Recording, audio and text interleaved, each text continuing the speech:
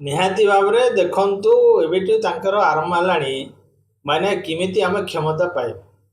ତାଙ୍କ ବି କ୍ଷମତା ପାଇଁ ଲଢ଼େଇ ଆରମ୍ଭ ହେଲାଣି।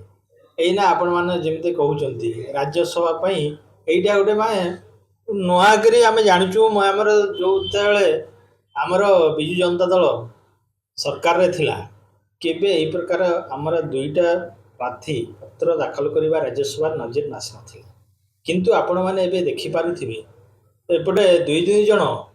ଯେଉଁ ପ୍ରାର୍ଥୀ ଦାଖଲ କରିଛନ୍ତି ଏବଂ ତାଙ୍କ ଭିତରେ ଯେଉଁ ଗୋଟେ ଦ୍ୱନ୍ଦ୍ୱତା ଅଛି ନିହାତି ଭାବରେ ଓଡ଼ିଶାବାସୀ ଜାଣିପାରୁଥିବେ ଯେ ଭାରତୀୟ ଜନତା ଦଳ କ୍ଷମତାକୁ ଆସିଲା ପରେ ଏବଂ ଅନ୍ୟମାନେ ଯେଉଁମାନେ ରହିଗଲେ ସେମାନେ କେମିତି କ୍ଷମତା ହାସଲ କରିବୁ ଏବଂ ଆମେ ସେ କ୍ଷମତା ବଳରେ ଆମେ ଶକ୍ତିଶାଳୀ ହେବୁ ଏବଂ ଆଗକୁ ଯିବା ପାଇଁ ତାଙ୍କ ଭିତରେ ଗୋଟେ ପ୍ରତିଦ୍ୱନ୍ଦିତା ଏଇଟା ଆରମ୍ଭ ହେଇଛି। ଯୋଉଥିପାଇଁ କି ସେ ଦୁଇ ଜଣ କରିଛନ୍ତି ରାଜ୍ୟସଭା। ନିହାତି ଭାବରେ ଏଥିରୁ ଆପଣମାନେ ଅନୁମାନ କରିପାରୁଥିବେ ନହେଲେ ତାଙ୍କର ଭିତରେ ଡିସିଜନ ହେବା କଥା ଗୋଟିଏ ଦଳ ଡିସିଜନ ନିଏ ଯେ ଏଥର ଅଙ୍କ ସେ ରାଜ୍ୟସଭାକୁ ଯିବ ତାପରେ ସେ ଜଣେ ଲୋକ ପ୍ରାର୍ଥୀପତ୍ର ଦାଖଲ କରିବ। କିନ୍ତୁ ଏଇଠି ଆମେ ଦେଖୁଛୁ ଦୁଇ ଜଣ ମାନେ ପ୍ରାର୍ଥୀପତ୍ର ଦାଖଲ କରିଛନ୍ତି ତାମାନେ ତାଙ୍କ ଭିତରେ ବୁଝାମଣାର ଅଭାବ କିମ୍ବା ତାଙ୍କ ଭିତରେ ମାନେ ଅନ୍ତର କନ୍ଦଳ ଅଛି ଯାହାଫଳରେ ଦୁଇ ଜଣ ପ୍ରାର୍ଥୀପତ୍ର ଦାଖଲ କରିଛନ୍ତି। ସାର୍ ଆଉ ଗୋଟେ କଥା ହେଉଛି କାଲି ଆପଣଙ୍କ ଟ୍ରେନିଂ ପ୍ରୋଗ୍ରାମ ଗଲା ट्रेनिंग प्रोग्राम विरोधी दल गुड़िक कहवा आपंक विरोधी कहवा कथा बीजेपी कांग्रेस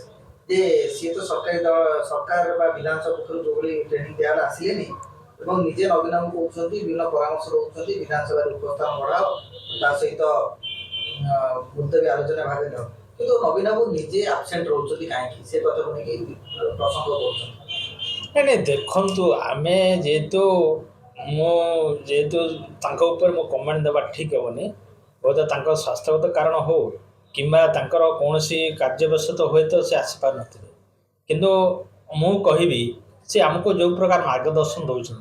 एवं विरोध दल भूमिका आमको जो प्रकार करवा कथा तार उपरे सब प्रकार व्यवस्था कर इवन जेहेतु आम सरकारी दल जोटा करथिले सरकार जो माने प्रशिक्षण शिविर कले सेठी आमे देखिलु बिजु जनता दल देखिला जे सेठी बीजेपी रो गोटे तांकर दलीय कार्यक्रम पर सेटा करुछन्ते तेणु आमे बॉयकॉट करू एवं आमर दलर सुप्रीमो नवीन पट्टनायक सेटा चिंता कले जेहेतु आम लोक मैंने सेठी पार्टिसिपेट करना तेणु आउ गोटे प्रशिक्षण करे ताकू आमको प्रशिक्षण कले तेणु एथिरे किछि माने आलोचनार प्रसंग नुह। विधानसभा जो विधानसभा सुभद्रा योजना को लेकिन बीजेडी तार विधानसभा बाहर आभिमुख्य स्पष्ट कर गृह भितर सुभद्रा योजना को लेकिन सरकार घेरिया योजना हो निहाती भाव में आपण मैंने जापारे प्रति क्षेत्र में आम जिते जीरो आवर हो कि आम क्वेश्चन आवर भाग नेला बेले भी आम सुभद्रा योजना उपरे सरकार को आम प्रश्न करुचु तमे स्पष्ट कर एसओपी आण जे तमे कौ लोक मान देव तुम पाखे तथ्य कौन अच्छी केते जन को देव वर्ष को केते देव एबे जो बजेट रखीच से बजेट माने सबुदिन को संख्य पानी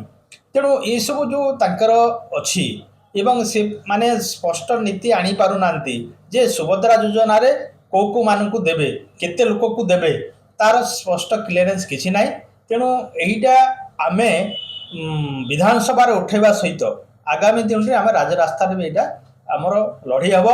एवं आमर बिजु जनता दल निष्पत्ति नहीं जहाँ जहाँ प्रतिश्रुति देते आम सुभद्रा योजना कथा कहतु 300 यूनिट मागणा विद्युत देवा कथा कहतु कि आपण मानकर जो भत्ता कथा जे आमे निर्वाचन रे जीतिला परे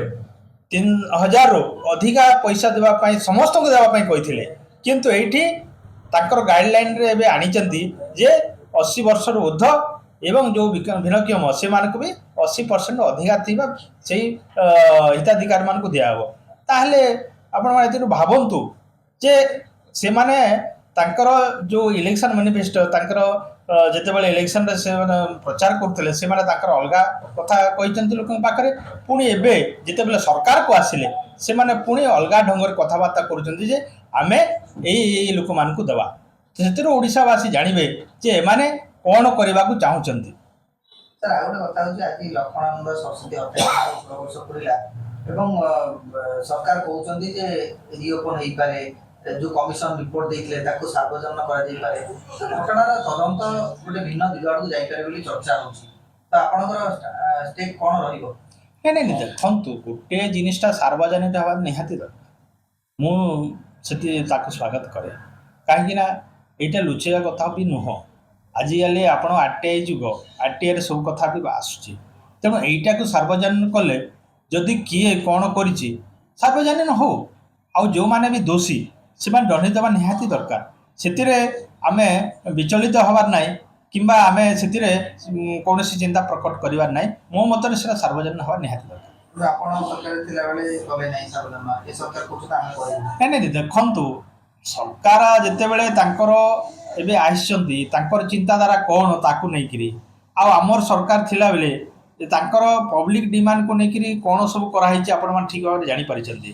ତେଣୁ ପବ୍ଲିକ୍ ଯଦି ଚାହୁଁଛନ୍ତି କିମ୍ବା ଗୋଟିଏ ସରକାର ଚାହିଁବ ତାକୁ ସାର୍ବଜନୀନ କରିବାର କିଛି ଅସୁବିଧା ନାହିଁ। ସାର୍ ଆଉ ଗୋଟେ ରତ୍ନ ଭଣ୍ଡାର ଘରେ ସୁଡ଼ଙ୍ଗ ଅଛି ନା ନାହିଁ ତାର ଗୋଟେ ତଦନ୍ତ କରାଯିବ ବା ସ୍କାନିଂ କରାଯିବ ବୋଲି ଆଇନ ମନ୍ତ୍ରୀ କହୁଛନ୍ତି। ଯଦି ତା ଉପରେ କଲେ ବହୁତ ଭଲ, କାହିଁକି ଯଦି ସୁଡ଼ଙ୍ଗ ତାର ଯଦି ଅଛି କିମ୍ବା ନାହିଁ ତାର ସେଇ ଜିନିସଟା ବି ଓଡ଼ିଶାବାସୀକି ଜଣାଇବାର ନିହାତି ପକ୍ଷେ ଗୋଟେ ଭଲ ପଦକ୍ଷେପ। ତେଣୁ ତାକୁ ଯଦି ସେମାନେ କରୁଛନ୍ତି ଭଲ ହେବ, କିଛି ଅସୁବିଧା ନାହିଁ।